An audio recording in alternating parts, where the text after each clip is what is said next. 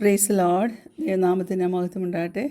എന്നെ കേൾക്കുന്ന എല്ലാ പ്രിയപ്പെട്ടവർക്കും കർത്താവായ യേശുക്രിസ്തുവിന്റെ നാമത്തിൽ ഞാൻ എൻ്റെ സ്നേഹവന്ദനങ്ങൾ അറിയിക്കുന്നു. ഇന്ന് അല്പം നേരത്തെ ചിന്തയ്ക്കായിട്ട് യാക്കോബ് 5:8 വാക്യം, ജെയിംസ് ചാപ്റ്റർ 5:8. നിങ്ങളും ദീർഘക്ഷമയോടിരിപ്പീൻ, നിങ്ങളുടെ ഹൃദയം സ്ഥിരമാക്കുവിൻ, കർത്താവിൻ്റെ പ്രത്യക്ഷത സമീപിച്ചിരിക്കുന്നു. നമുക്കറിയാം, നമ്മളെല്ലാം വളരെ സ്ട്രേഞ്ചായിട്ടും അൺസേർട്ടനായിട്ടുള്ള ഒരു സമയത്താണ് നമ്മുടെ ജീവിതം ഇപ്പോൾ കഴിച്ചുകൊണ്ടിരിക്കുന്നത്. നമ്മുടെ കമ്മ്യൂണിറ്റിയിലും ഈ ലോകമെമ്പാടും നടക്കുന്ന ഓരോ കാര്യങ്ങളും കാണുമ്പോൾ നമുക്ക് ഒരേ ഒരു സത്യത്തിൽ മാത്രമേ പിടിച്ചു നിൽക്കാൻ പറ്റത്തുള്ളൂ. ആ സത്യം എന്തുവാ? ഗോഡ് ഈസ് ഇൻ കൺട്രോൾ, അല്ലേ?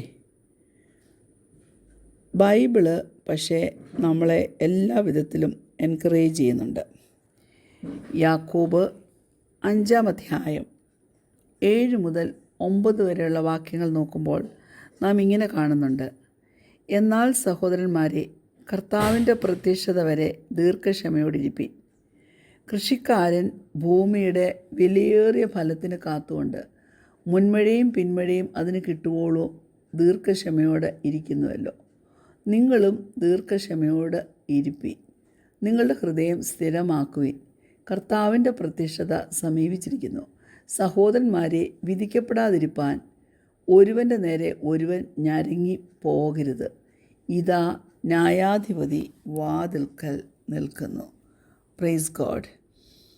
ഈ പാസേജിനകത്ത് യാക്കോബ് പല സമയങ്ങളെക്കുറിച്ചുള്ള ബോധ്യം നമുക്ക് തരുക. പറയുന്നതിൻ്റെ ചുരുക്കം, കർത്താവ് വരാറായി. അപ്പോൾ ദൈവം തന്നെയാണ് സകലത്തെയും കൺട്രോൾ ചെയ്യുന്നു എന്നുള്ളതിൻ്റെ ഒരു അൾട്ടിമേറ്റ് പ്രൂഫാണ് ഇതൊക്കെ. ചരിത്രമെന്ന് പറഞ്ഞാൽ തന്നെ അത് ദൈവത്തിൻ്റെ കഥയാണ്. History is God's story. അതൊരു സർക്കുലർ അല്ല. കാരണം there is no circle of life. History എന്ന് പറഞ്ഞാൽ നമുക്ക് പല വിധത്തിലുള്ള ആംഗിളിൽ ആ ചരിത്രത്തെ കാണുവാൻ നമുക്ക് കഴിയും. ദൈവത്തിന് ഒരു പ്ലാനുണ്ട്, ദൈവത്തിന് ഒരു പേർപ്പസ് ഉണ്ട്. ഒരു ദിവസം തീർച്ചയായിട്ടും യേശു കർത്താവ് മടങ്ങി വരും. എല്ലാ കാര്യങ്ങളും ഓൺ ഷെഡ്യൂളാണ് കേട്ടോ. നമുക്കറിയത്തില്ല എന്നാണ് അവൻ വരുന്നതെന്ന്. പക്ഷെങ്കിൽ തിരുവചനം, ബൈബിള്, യേശു കർത്താവിൻ്റെ രണ്ടാമത്തെ വരവിനെക്കുറിച്ച് പറയുന്നത്, തൻ്റെ ആദ്യ വരവിനെക്കുറിച്ച്, തൻ്റെ ഫസ്റ്റ് കമ്മിങ്ങിനെക്കുറിച്ച് പറയുന്നതിലും കൂടുതലായിട്ട് പറയുന്നുണ്ട്. നമുക്കറിയാം, ആദ്യം അവൻ കന്യകയിൽ ജാതനായി വരുമെന്നുള്ളത് നമ്മൾ കണ്ടു. ആ പ്രവചനങ്ങളെല്ലാം നിറവേറി. അപ്പോൾ തീർച്ചയായും രണ്ടാമത്തെ പ്രവചനവും നിറവേറുമല്ലോ. അതുകൊണ്ട് സെക്കൻഡ് കമ്മിങ്ങിനെക്കുറിച്ച് ആൻറ്റിസിപ്പേറ്റ് ചെയ്ത് വിഷണ്ണരാകുവാനല്ല, ഒരുങ്ങുവാനാണ് നാം തുനിയേണ്ടത്. നാം വലിയ പ്രതീക്ഷയോടെ, പ്രത്യാശയോടെ നമ്മുടെ ജീവിതം കഴിച്ചു കൂട്ടണം. നമ്മൾ ക്ഷമയോടെ ഇരിക്കണം. ദൈവത്തിൻ്റെ ടൈമിംഗ് എന്ന് പറഞ്ഞാൽ അത് പെർഫെക്റ്റ് ടൈമാണ്. ദൈവം ഒരിക്കലും ലേറ്റ് അല്ല. He is always in control. നമ്മുടെ സാഹചര്യങ്ങളൊക്കെ ഔട്ട് ഓഫ് കൺട്രോളിലായി പോകുമ്പോഴും, നമ്മൾ വേദനയുടെ അനുഭവങ്ങളിൽ കൂടെ പോകുമ്പോഴും ഓർത്തോണം, സ്വർഗത്തിലെ ദൈവം വാക്കുമാറുന്നവനല്ല. അവൻ വരുമെന്ന് പറഞ്ഞാൽ അവൻ വരിക തന്നെ ചെയ്യും. അത് നമ്മുടെ പ്രത്യാശയായിരിക്കട്ടെ. യോഹന്നാൻ്റെ സുവിശേഷം 14 അതിൻ്റെ 3 വാക്യം, ജോൺ ചാപ്റ്റർ 14:3. ഞാൻ പോയി നിങ്ങൾക്ക് സ്ഥലമൊരുക്കിയാൽ ഞാനിരിക്കുന്നിടത്ത് നിങ്ങളും ഇരിക്കേണ്ടതിന് പിന്നെയും വന്ന് നിങ്ങളെ എൻ്റെ അടുക്കൽ ചേർത്തുകൊള്ളും. There are few things that are certain in life. എന്നാൽ അബ്സല്യൂട്ട് അഷ്വറൻസോടുകൂടി നമുക്ക് പറയാൻ പറ്റുന്നൊരു കാര്യം, ഒരു ദിവസം കർത്താവ് മടങ്ങി വരും. ആ ഒരു സർട്ടൻറ്റിയിൽ നമുക്ക് നമ്മുടെ പ്രത്യാശ വളർത്തിയെടുക്കണം. ഒരിക്കലും കുഞ്ഞെ അങ്ങനെ ചെയ്താൽ നീ നിൻ്റെ ജീവിതത്തിൽ നിരാശപ്പെടേണ്ടി വരത്തില്ല. ഒന്നേലും നമുക്ക് പിടിച്ചു നിൽക്കുവാൻ തക്കവണ്ണം, ഒന്നേലും നമുക്ക് നമ്മുടെ ആശ്രയം കണ്ടെത്താൻ കഴിയാതെ വരുമ്പോഴും ദൈവത്തിൽ ആശ്രയം വെക്ക്. യേശു കർത്താവ് ഒരു ദിവസം കടന്നു വരും.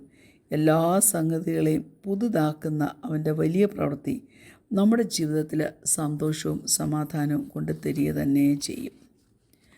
2 കൊരിന്ത്യർ 4-ാം അധ്യായം അതിൻ്റെ 18-ാം വാക്യം നോക്കുമ്പോൾ 2 കൊരിന്ത്യൻസ് ചാപ്റ്റർ 4 വേഴ്സ് 18 ഇങ്ങനെ പറയുന്നു: കാണുന്നതിനെ അല്ല കാണാത്തതിനെ അത്ര ഞങ്ങൾ നോക്കിക്കൊണ്ടിരിക്കുന്നു, കാണുന്നത് താൽക്കാലികം, കാണാത്തതോ നിത്യമെന്ന്.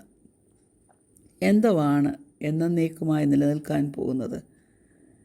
അപ്പോൾ അതൊരു പ്രാധാന്യമുള്ള ക്വസ്റ്റ്യൻ തന്നെ അല്ലേ? ജീവിതത്തിൻ്റെ മൂല്യങ്ങൾ എന്തിന്മേലാണ് അടിസ്ഥാനപ്പെടുത്തി ദൈവപൈതലെ നീ വളർത്തിയെടുക്കുവാൻ ശ്രമിക്കുന്നത്? നമ്മുടെ ജീവിതത്തിൽ നാം എന്തെങ്കിലുമൊക്കെ ഒന്ന് ഇൻവെസ്റ്റ് ചെയ്യണ്ടേ? ഏതിലാണ് ഇൻവെസ്റ്റ് ചെയ്യേണ്ടത്? ഏറ്റവും ലോങ്ങസ്റ്റായിട്ട് എന്ത് ലാസ്റ്റ് ചെയ്യുമോ അതിലാണ് നാം ഇൻവെസ്റ്റ് ചെയ്യേണ്ടത്. എന്നാൽ സത്യം മനസ്സിലാക്കണമേ, മനുഷ്യർ അവരുടെ മൂല്യങ്ങൾ, അവരുടെ വിലയെക്കുറിച്ച് ഇവാലുവേറ്റ് ചെയ്യുന്നത് വളരെ കുറവാണ്. അവരുടെ പെർസെപ്ഷൻസിനെ കുറിച്ച് അവർക്ക് ഒരു സംശയവുമില്ല, ഒരു ചോദ്യവുമില്ല. പക്ഷേങ്കിൽ ഒരു ക്രൈസിസ് വരുമ്പോൾ അവരതിലേക്കൊക്കെ തിരിഞ്ഞു നോക്കും. നമ്മൾ വലിയ വേദനയിൽ വരുമ്പോൾ നാം എക്സാമിൻ ചെയ്തു തുടങ്ങും. എവിടെയാണ് എൻ്റെ അടിസ്ഥാനം? എനിക്ക് എന്തുകൊണ്ടാണ് ഇങ്ങനെ പറ്റിയതെന്ന്. ശരിയല്ല ഞാൻ പറയുന്നത്. ജീവിതം നല്ലതായിരിക്കണമെന്ന് എല്ലാവർക്കും ആഗ്രഹമാണ്. വെൽത്തൊക്കെ അക്യുമുലേറ്റ് ചെയ്യണമെന്ന് വലിയ ആഗ്രഹമാണ്. പവർ വേണമെന്നുള്ളത് വലിയ ആഗ്രഹമാണ്. ഞാൻ പറയട്ടെ, അതിലും വലിയ കാര്യങ്ങൾ ജീവിതത്തിൽ പ്രതീക്ഷിക്കേണ്ടതായിട്ടുണ്ട്.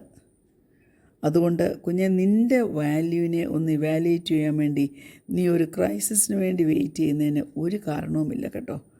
അതിന് പകരം നീ എന്ത് ചെയ്യണം? നിലനിൽക്കുന്നത് എന്ത് ഈ ഭൂമിയിലുണ്ടെന്നുള്ളത് ഒന്ന് കണ്ടറിയുവാൻ തക്കവണ്ണം മനസ്സ് വെക്കണം.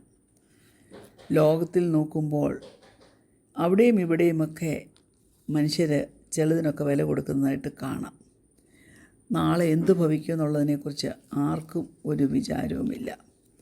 ഇറ്റേണിറ്റി, അതായത് നിത്യത അല്ലെങ്കിൽ സ്വർഗം, ഇതിനെക്കുറിച്ചൊന്നും വലിയ ചിന്തയും ആർക്കും ഇല്ല. Praise the Lord. ഇന്നത്തെ ജീവിതം ജീവിച്ച് തീർക്കുക, അതുമാത്രം ഒരു ചിന്ത. Praise God. 1 യോഹന്നാൻ 2-ാം അധ്യായം അതിൻ്റെ 17-ാം വാക്യം, 1 ജോൺ ചാപ്റ്റർ 2 വേഴ്സ് 17 ഇങ്ങനെ പറയുന്നു: ലോകവും അതിൻ്റെ മോഹവും ഒഴിഞ്ഞു പോകുന്നു, ദൈവേഷ്ടം ചെയ്യുന്നവനോ എന്നേക്കും ഇരിക്കുന്നു. Praise the Lord. Hallelujah. Temptation ജീവിതത്തിൽ തീർച്ചയായിട്ടും കടന്നു വരും. പക്ഷേ ഓർത്തോണം, അതെല്ലാം ഒഴിഞ്ഞു പോകാനുള്ളത്. ടെംപ്റ്റേഷൻ എന്ന് പറഞ്ഞാൽ നല്ലതും ചീത്തയും തമ്മിലുള്ള ശരിക്കുള്ളൊരു യുദ്ധമാണ്. അല്ലെങ്കിൽ ഏതാണ് ഏറ്റവും ബെസ്റ്റ്, ഏത് ബെസ്റ്റല്ല എന്നതിനെക്കുറിച്ചുള്ള അത് തമ്മിലുള്ള ഒരു വലിയ യുദ്ധമാണ്. Praise God. ദൈവത്തിൽ പൂർണ്ണമായി ആശ്രയിച്ച് ഉയരത്തിലുള്ള സംഗതികളിൽ കാണുന്നതൊക്കെ താൽക്കാലികമെന്ന് വിചാരിച്ച് ദൈവത്തിൽ പ്രത്യാശ വെച്ചാൽ കുഞ്ഞെ, നിൻ്റെ ജീവിതത്തിലെ ക്രൈസിസിൽ നിനക്ക് നിലനിൽക്കാനായിട്ട് പറ്റും. അതുകൊണ്ട് നിൻ്റെ ജീവിതം ഏതിലാണ് അടിസ്ഥാനപ്പെട്ട് നിൽക്കുന്നതെന്ന് ഇടയ്ക്ക് ഒന്ന് മനസ്സിലാക്കി ഇവാലുവേറ്റ് ചെയ്യുന്നത് നല്ലതായിരിക്കും. Choose to build your life on God's truth. ദൈവവചന സത്യത്തിൽ നീ നിൻ്റെ ജീവിതത്തെ പണിവാൻ തക്കവണ്ണം ഏൽപ്പിച്ചു കൊടുക്കണം. അത് ജീവിതത്തിൽ നന്മയുടെ വഴികൾ നമ്മുടെ മുമ്പിൽ തുറന്നു തരും. യോനായുടെ കാര്യം നമുക്കെല്ലാം അറിയാം അല്ലേ? അനുസരണക്കേട് കാണിച്ചപ്പോൾ എന്തു പറ്റി? കടലിൻ്റെ അടിയിൽ, വലിയ മത്സ്യത്തിൻ്റെ അടിയിൽ കിടന്ന് തനിക്ക് അയ്യം വിളിക്കേണ്ടി വന്നു അല്ലേ? വലിയ ഫിഷ് തന്നെ സ്വോളോ ചെയ്തു. Praise God. നമ്മളെയും പലപ്പോഴും ഡിപ്രഷനും വറിയും കുറ്റബോധവും കോൺഫ്ലിക്റ്റും ഒക്കെ നമ്മളെ സ്വോളോ ചെയ്യാറില്ലേ? നമ്മളെ വിഴുങ്ങാറില്ലേ? എന്നാൽ അപ്പോൾ നീ കരയാറുണ്ടോ? അപ്പോഴെങ്കിലും തിരിച്ചൊരു മടങ്ങി വരവ് എൻ്റെ ജീവിതത്തിൽ വേണം. ഈ ഹോപ്പ്ലെസ് സിറ്റുവേഷനിൽ നിന്ന് എനിക്കൊന്ന് മടങ്ങി വരണമെന്ന് പറഞ്ഞ് ദൈവത്തോട് നിലവിളിക്കാറുണ്ടോ? യോനായ്ക്ക് ഒരു മിഷൻ ദൈവം കൊടുത്തതാണ്, പക്ഷെ അവൻ അതിൽ നിന്ന് ഓടിപ്പോയി. അതുകൊണ്ടാണ് ആ മത്സ്യം അവനെ വിഴുങ്ങുവാൻ തക്കവണ്ണമുള്ള സംഭവമെല്ലാം ഇടയായത്. കപ്പലിൽ നിന്ന് കോളും കാറ്റും വന്നപ്പോൾ അവനെ വലിച്ച് കടലിലോട്ടിട്ടതെല്ലാം നമുക്കറിയാവുന്ന കാര്യമാണ്. ഞാൻ പറയട്ടെ, എന്നാൽ he finally looked up to God. എപ്പോഴാ? When he was inside the fish. അതിനകത്ത് ആയേ പിന്നെ 2-ാം ചാപ്റ്ററിൽ നമ്മൾ കാണുന്നത് മുഴുവൻ അവൻ്റെ ഒരു പ്രാർത്ഥനയാണ്. From inside the fish Jonah pray to the Lord his God. ഇതൊരു വലിയ പാഠം നമ്മെ പഠിപ്പിക്കുന്നുണ്ട്. അതായത് ജീവിതത്തിൻ്റെ പ്രോബ്ലം നമ്മെ സോൾവ് ചെയ്യുമ്പോൾ നമ്മൾ മാത്രമല്ല, എല്ലാ മനുഷ്യരും അപ്പോൾ ദൈവത്തെ അന്വേഷിക്കാൻ തുടങ്ങും, ദൈവത്തിങ്കിലേക്ക് നോക്കും, പ്രാർത്ഥിക്കാൻ തുടങ്ങും. അല്ലേ ദൈവമക്കളെ? മർക്കോസ് 9 നമുക്കറിയാം, യേശുവിൻ്റെ കൂടെ നടന്ന ശിഷ്യന്മാർക്ക്, അവൻ്റെ ഫോളോവേഴ്സിന് ആ ഡീമനെ പുറത്താക്കാനായിട്ട് കഴിഞ്ഞില്ല. അവർ യേശുവിനോട് ചോദിച്ചു, എന്തുകൊണ്ടാണ്? മർക്കോസിൻ്റെ സുവിശേഷം 9:29 നമ്മൾ കാണുന്നുണ്ട്, hallelujah, this kind can come out only by prayer. പ്രാർത്ഥന കൊണ്ട് മാത്രമേ ചിലതൊക്കെ പുറത്താകത്തുള്ളൂ. ചില പ്രശ്നങ്ങളൊക്കെ വലിയ ആഴത്തിൽ പോകും, പക്ഷേ പേഴ്സിസ്റ്റൻറ്റ് പ്രയർ അതിന് ഒരു സൊല്യൂഷൻ നമ്മുടെ ജീവിതത്തിൽ തരും. അതുകൊണ്ട് ദൈവമക്കളെ, ദൈവം നമുക്ക് ഉത്തരം തരുമെന്ന് പ്രതീക്ഷിച്ചുകൊണ്ട് പ്രാർത്ഥിപ്പാൻ തക്കവണ്ണം സമയം കണ്ടെത്തണം.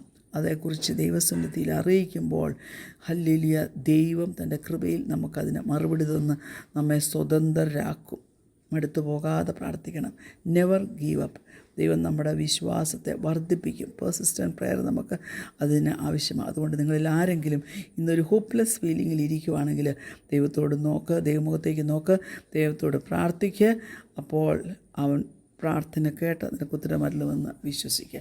കണ്ണുകടയ്ക്കാൻ പ്രാർത്ഥിക്കാം. നല്ല ദൈവമേ, ഞങ്ങൾ കടന്നു പോകുന്ന അനുഭവത്തിൽ ഞങ്ങൾക്ക് പൂർണ്ണ സ്വാതന്ത്ര്യം വേണ്ട കാര്യങ്ങളുണ്ട്. പൂർണ്ണ സ്വാതന്ത്ര്യം ഞങ്ങൾക്ക് തെരുമാറാകണമെന്ന് പ്രാർത്ഥിക്കുന്നു. വിടുതൽ ഞങ്ങൾക്ക് തെരുമാറാകണമെന്ന് പ്രാർത്ഥിക്കുന്നു. ബലത്തിൻ്റെ പെട്ടവുമായി നീ ഞങ്ങളുടെ മധ്യ എഴുന്നള്ളി വന്ന് ജീവിക്കുമാറാകണമെന്ന് പ്രാർത്ഥിക്കുന്നു. അടിയങ്ങളുടെ പ്രാർത്ഥന ഘടനാൽ സ്തോത്രം യേശുവിൻ്റെ നാമത്തിൽ തന്നെ. ആമേൻ. Praise the Lord. God bless you all.